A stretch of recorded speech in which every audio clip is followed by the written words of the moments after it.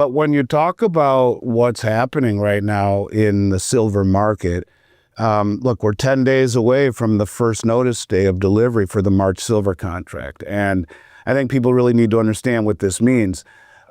As of Friday, there was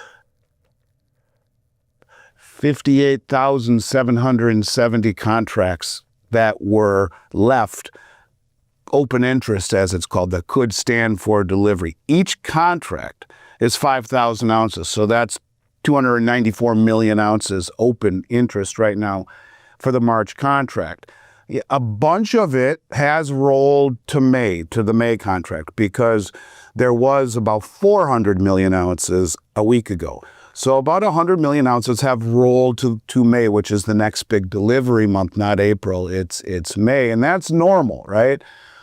But it's still really very huge that we have 300 million ounces open this close to first notice. So I think what I take away from that is not a COMEX default, but even half of the open interest actually decided to stand for delivery. You're talking 150 million ounces that would need to get sourced, right? The problem with that is that the registered silver category, that is the available silver backing the contracts available to deliver, is about 90 million ounces, right?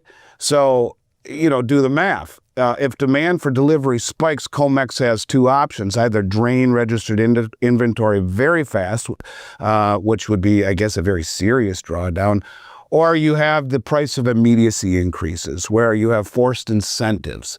Premiums will increase, exchange for physicals will increase. They will try and get people to roll to May by incentivizing cash settlements with a premium, anything to keep metal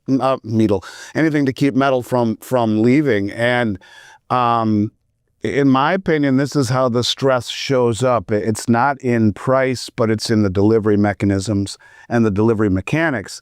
And when the paper claims tower over the deliverable silver, I think the market is calm until it isn't. And so I think really what you're looking at is even a portion of this stands for delivery. 20% stands for delivery. You're talking, 60 million ounces of the 90 million. This is a problem. And so I think that's, to me, the biggest issue right now. What I'm watching is we'll see what happens over the next 10 days. At the same time, you still have this big $10 premium in Shanghai over the Western price. That this arbitrage is not going away. They're continuing to incentivize the people here in the West who have the ability to buy cheap, $75 or whatever, and sell it for $85 in China. A lot of people say, well, what about the difference in price is the tax. The VAT tax, right? Not tariffs, that there's a VAT tax, which is true, but it's not true, right? These are people who are not quite understanding the mechanics. The VAT tax is really there, but it's the responsibility of the recipient, because when metal is delivered to Shanghai and you get that $10 arbitrage spread, you deliver 50 million ounces at $10, you just made $500 million. That VAT tax is the responsibility of the recipient when it leaves the Shanghai exchange. So it's not paid until it leaves. If it stays there, there is no tax. So in other words, that arbitrage is significant enough at this point for a $10 premium plus like a 13 or 14 or 15% tax. They don't care. They want the metal. And so this is all, I think, noise. You have to see the big picture. You have to relax, see the big picture, understand it for what it truly is. And I think, yes, the volatility is enough to freak a lot of people out. But look, silver is the canary in the coal mine. And I think it's exposing a paper market built by banks that trade credit, not real metal. And real demand is showing up in Shanghai, and price discovery is shifting there. It's leaving London, it's leaving New York, and as long as the Western paper market stays disconnected to Shanghai like it is now, the physical silver will keep getting pulled out of the West and sent to where it's valued. And look, the scary part, it's even getting tight in Shanghai with premiums starting to blow out. And I think that's why, to me, the forwards and the futures are starting to feel almost undeliverable for a lot of people. This is why you're seeing backwardation, where the market makers are having a hard time sourcing metal. They can't hedge easily. Their exit becomes the move, maybe, right? And getting out. And I think that's what you see every time they smash the hell out of it. Are they doing it to get out along with stand for delivery? Are they doing it to extricate themselves from these stupid short positions that used to work before this was all, I think, figured out? Where, there are some very sophisticated traders around the globe, as I've been saying since 2020 on your show. The central banks have figured it out of the global south.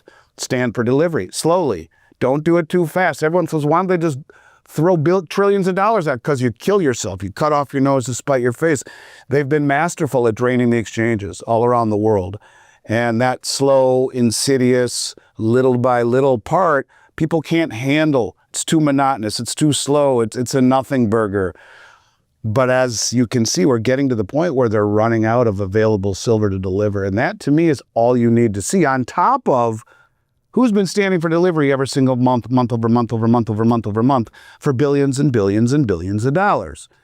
They don't do this for the hell of it. What you see right now is just the volatility meant to throw the rest of us off the scent, off the trail, and join the highest influx into global U.S. equities in history.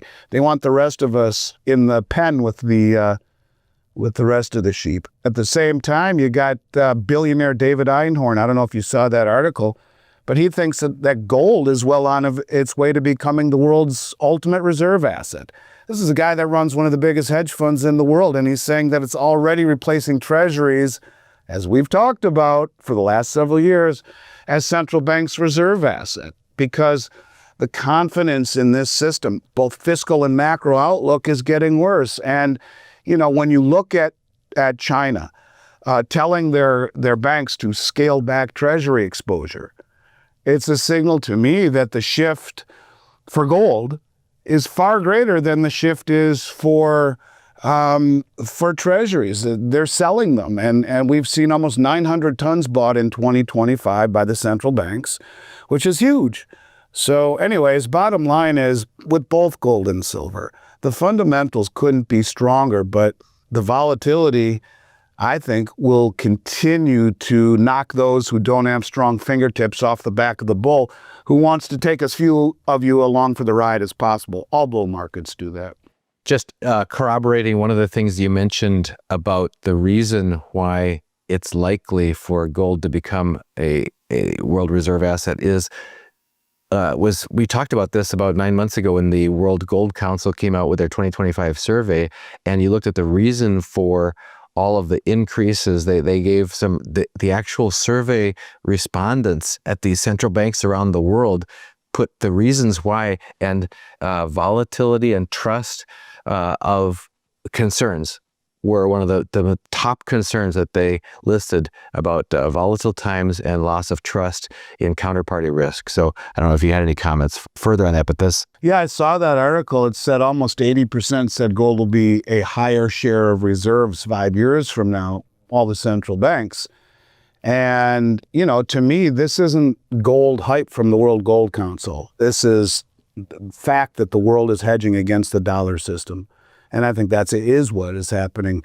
When you look at you look at the amount, there was an interesting article I read that talked about energy and infrastructure, where China every year is building onto their energy infrastructure more so than our entire grid, which is 50, 60, 70 years old, whatever, that is in a state of disrepair.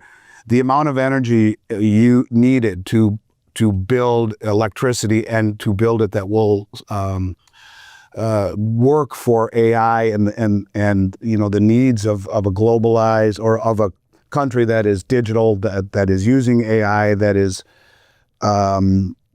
looking at a system that is broken and in disrepair. If we want to reshore manufacturing, if we want to be competitive, we need to start also by fixing the power supply and upgrading it. There is no way of doing that but, where's the money come from, right? So we're already broke and insolvent. So we're going to print more money. Again, all of the things we're looking at going forward speak to the decline of the value of the U.S. dollar. That's the bottom line as far as I'm concerned. The U.S. dollar is in very, very big trouble ultimately because we don't have enough money to do things like build out the grid, to build out our infrastructure when China is doing that nonstop with their trade surplus. And we're not. And China has the energy advantage and more power and a newer grid, and we don't. And I think we're losing.